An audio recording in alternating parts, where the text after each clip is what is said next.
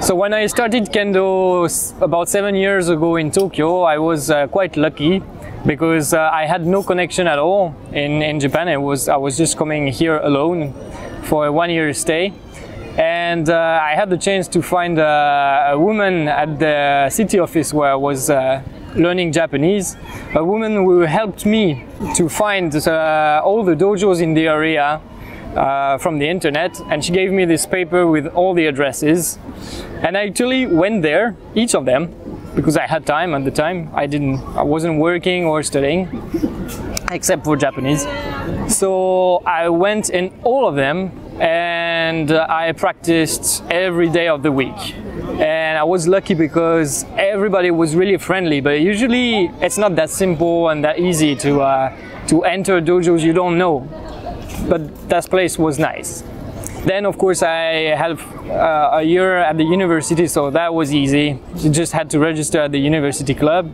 And finally with my company, when you're in the company, it was really easy to practice in the company's dojo, so there was no problem to get introduced there. Well, for me, for the judo, I have to say that it's easy and really hard at the same time. Well, everybody wants to go to the Kodokan, and it's really easy to get there, easy to train. But if you want to go somewhere else, it's really harder for that. You have to be lucky, you have to have an access, someone who's going to introduce you into like universities, and even like small dojos, it's kind of hard. So yeah, I mean I was lucky for sure. Same as for the Kodokan, you know, it's very easy to go to the Aikido Hombu Dojo because it's the world headquarters and they accept everyone at any time. So my first place to go was there, the Hombu Dojo. You just register, you sign, you pay, and you can start practicing right away. Are you accepted? Are you taught anything by the teachers when you come for the first class? It's another story, but at least you can practice. Well, Aikido is quite, as it's an open martial art, so you can knock the door of a dojo, come in and have a class and see if you want to stay or not. They're not gonna close the door for you. I've done it a few times actually because I wanted some change, and well, most of the time it was good experiences. Although at the end I ended up staying at the Hombu Dojo anyway. But it's different in Kendo and Judo, I believe, because of how Aikido works. But you could probably go pretty much everywhere and be authorized to practice. Accepted is another story.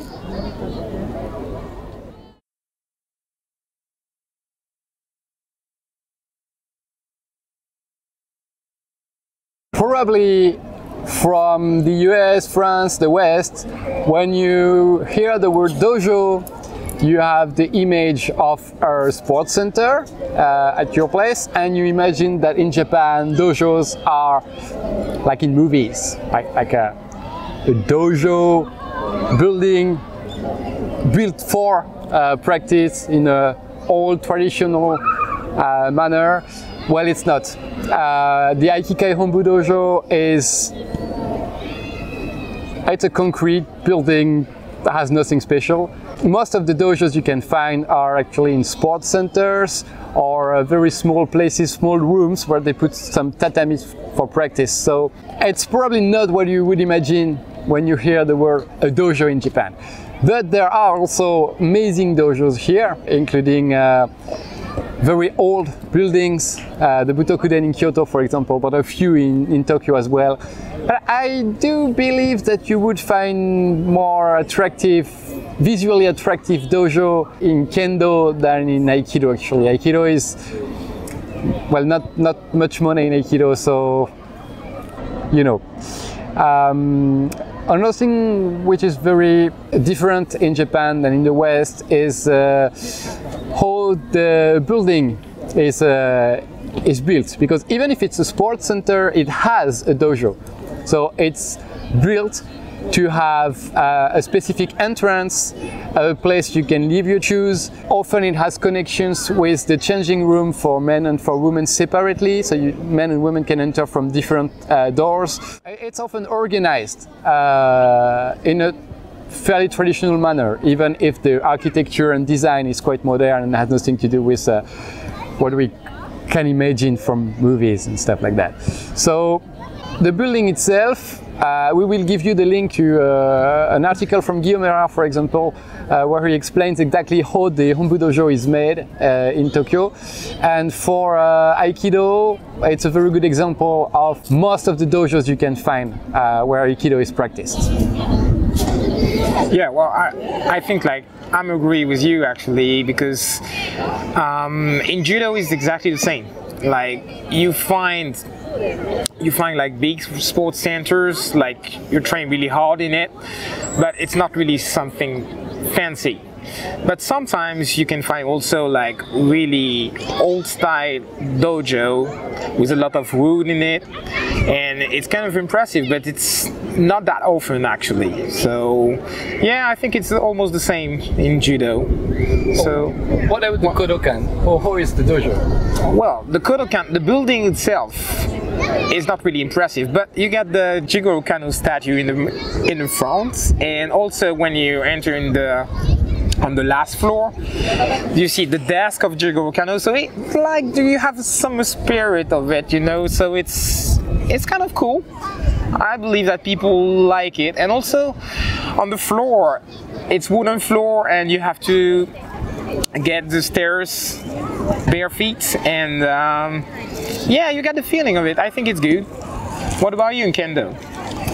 Well, in Kendo it's pretty much the same. I mean, it's always like the outside of the buildings is almost always unattractive, almost always concrete buildings. The best example I have is maybe the Kumamoto Budokan, because when you come from the outside, it's just a big concrete cube, you know. But when you enter it, the inside has much more spirit.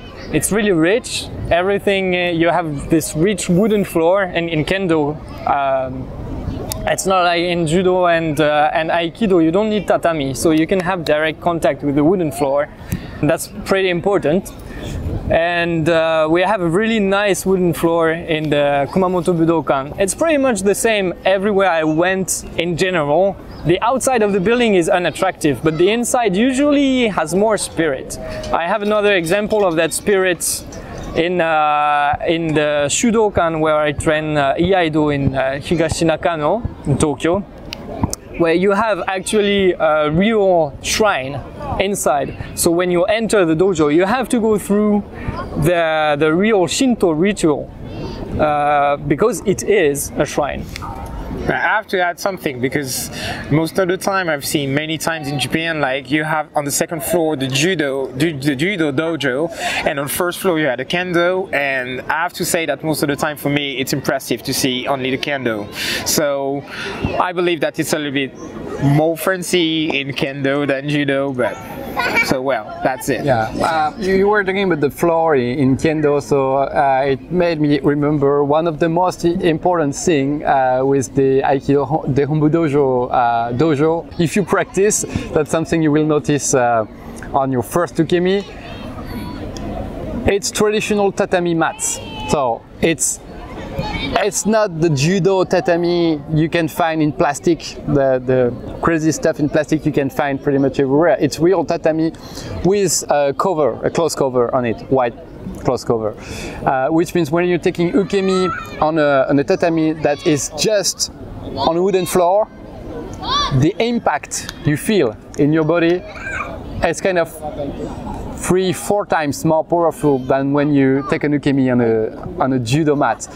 And well, it changes the way you practice, and it also changes the feeling of the room, because it's not like green and red, all full tatami.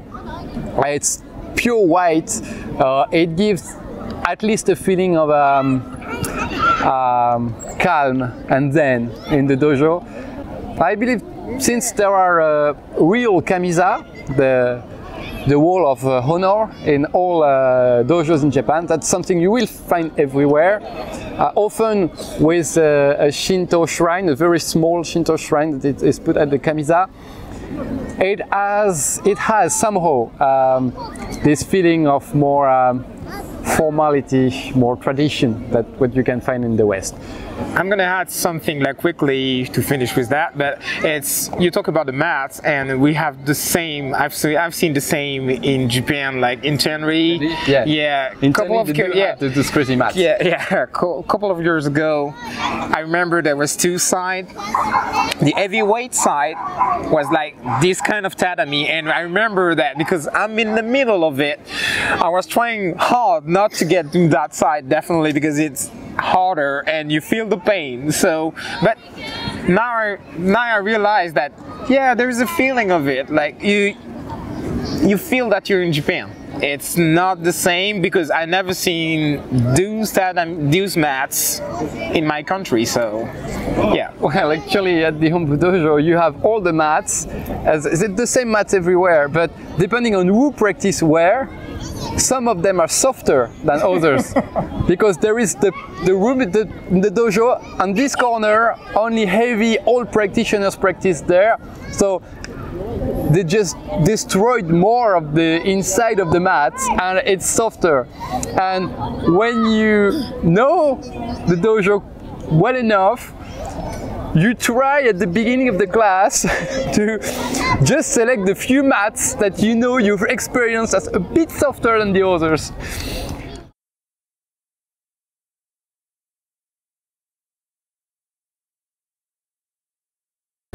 It's time to conclude. The sun is setting. Yes, it's 4:37 and the sun is already setting. It's Japan. So to conclude on that, what actually did the mode of practice in Japan change to our own practice? What it did to us? Well, in my case, I've practiced like 3-4 years in France and 13 years in Japan. So most of my experience is in Japan. And I'm not sure I remember very well who I was practicing in France like 13 years ago. But I would say that Japanese practicing in Japan, this kind of relationship with the teacher, physical practice more than technical practice, it pushed me to think less and practice more and focus on actually on what's important, practicing the art we like, practicing, trying to feel. Actually, I think the right word is feeling. Feeling the practice, feeling the partner, feeling what the teacher think. It improved a lot the connection I have with people. And I think I started Aikido because I had social troubles, was a troubled kid. It helped in France, of course, but what I've learned in Japan was a lot more powerful. This way of understanding people without talking, through practice, through techniques, through physical contact. I think it's the essence of Budo, actually. I think that's what the teachers are trying to teach us. They often say ningen kessei no michi, becoming a better person through Budo practice, and I think what they mean by that is completely linked to the origin of Budo as educational means, and it's being better at communication, as living in society, and it basically means the relationship you have with other people. And I think Budo is all about that, and the practice in Japan really helped me understand that a lot more than the practice in the West. So at the time I did focus on technique, I did focus on maybe self-defense or being able to use the techniques or stuff like that. And in Japan I've learned how to connect with people. It's kind of a paradoxical idea because Japanese people are not very good at communication, but I think Budo is really about communication between people and to connect with what Jean-François might say. I love the kendo world motto, the catchphrase they use on their magazines and website, crossing swords and borders. And I think that somehow it means that it's all about communication. It's all about the people who are handling the swords, not about the swords themselves. And I think it's the same in Aikido. And I am really glad I moved to Japan and I was able to get that from the Japanese culture and the amazing teacher I came across during my time in Japan. Very thankful for that. It's going to be a bit difficult for me to sum up because it just depends on where you train. When you train in university, you're going to learn a lot of stuff because it's really, really hard. It's tough. And you discover that judo is really, really hard. Here in Japan, I can tell you that when you say to someone that you're doing judo and they ask you if you're first dan, if you have the black belt, you say do you have a black belt, it seems that it is definitely something here. In Japan, it's something. People sometimes are really impressed. In my country, France, it's common. And I believe that here there is a difference because when you reach the first dan, even if showdown is really nothing in Japan, it means that for me, you sweat a lot in order to get the black belt, definitely. In France, you can see guys gaining the black belts, maybe second dan, but they are not really sweating. Here, in university, you see sweat, and sweat. No other thing. So I can say for me, I learned that it was hard.